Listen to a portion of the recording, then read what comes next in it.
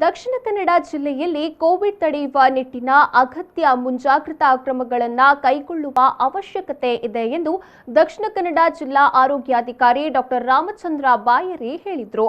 ಅವರು ಮಂಗಳೂರಿನ ಪ್ರೆಸ್ ಕ್ಲಬ್ನಲ್ಲಿ ದಕ್ಷಿಣ ಕನ್ನಡ ಜಿಲ್ಲಾ ಕಾರ್ಯನಿರತ ಪತ್ರಕರ್ತರ ಸಂಘದಿಂದ ಸನ್ಮಾನ ಸ್ವೀಕರಿಸಿ ಪತ್ರಕರ್ತರಿಗೆ ಮಾಸ್ಕ್ ವಿತರಿಸಿ ಮಾತನಾಡಿದರು. ಕೋವಿಡ್ ಸಂದರ್ಭ ಹಲವಾರು ತೊಂದರೆಗಳನ್ನು ಅನುಭವಿಸಬೇಕಾಗಿತ್ತು. ಇದೀಗ ಮತ್ತೆ ಎರಡನೇ ಅಲೆ ತಡೆಯಲು ಕ್ರಮಗಳನ್ನು ಕೈಗೊಳ್ಳಬೇಕಾಗಿದೆ. ಜಿಲ್ಲೆಯಲ್ಲೂ ಕೋವಿಡ್ ಪ್ರಕರಣಗಳು ಕಂಡುಬರುತ್ತಿದೆ. ಜಿಲ್ಲೆಯ ಜನತೆ ಸಾಮಾಜಿಕ ಅಂತರ ಕಾಯ್ದುಕೊಂಡು ಮಾಸ್ಕ್ ಧರಿಸಿಕೊಂಡು ಮುಂಜಾಗ್ರತಾ ಕ್ರಮ ವಹಿಸಿಕೊಳ್ಳಬೇಕಾಗುತ್ತದೆ ಎಂದು ಹೇಳಿದರು.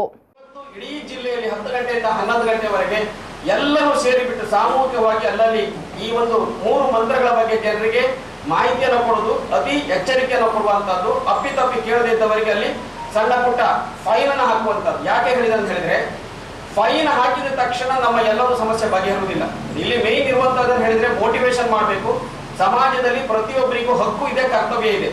ನಮ್ಗೆಲ್ಲರಿಗೂ ನಮ್ಮ ಹಕ್ಕು ಬಗ್ಗೆ ಎಲ್ಲರಿಗೂ ಗೊತ್ತಿದೆ, ನಮ್ಮ ಹಕ್ಕು ಅಂತ ಗಲಾಟೆ ಮಾಡ್ತಾರೆ. ಆದ್ರೆ ಕರ್ತವ್ಯದ ವಿಷಯ ಬಂದಾಗ ಎಲ್ಲರೂ ನುಣುಚಿಕೊಳ್ತಾರೆ. ಆ ರೀತಿ ಆಗಬಾರ್ದು. ಇಡೀ ದೇಶ ಒಂದೇ. ಈ ಒಂದು ಕಾಯಿಲೆ ವಿರುದ್ಧ ಹೋರಾಟ ಮಾಡುವಾಗ ನಾವೆಲ್ಲರೂ ಒಂದೇ ಆಗಬೇಕು.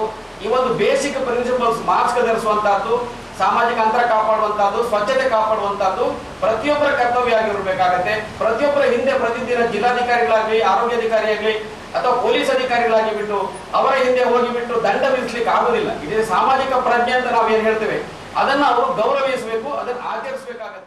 ಈ ಸಂದರ್ಭದಲ್ಲಿ ದಕ್ಷಿಣ ಕನ್ನಡ ಜಿಲ್ಲಾ ಕಾರ್ಯನಿರತ ಪತ್ರಕರ್ತರ ಸಂಘದ ಅಧ್ಯಕ್ಷ ಶ್ರೀನಿವಾಸ ಇಂದಾಜೆ, ಪತ್ರಕರ್ತರಾದ ಪುಷ್ಪರಾಜ್, ಜೀವನ್, ಜಗನ್ನಾಥ್ ಬಾಳಶೆಟ್ಟಿ ಹಾಗೂ ಮತ್ತಿತರರು ಉಪಸ್ಥಿತರಿದ್ದರು.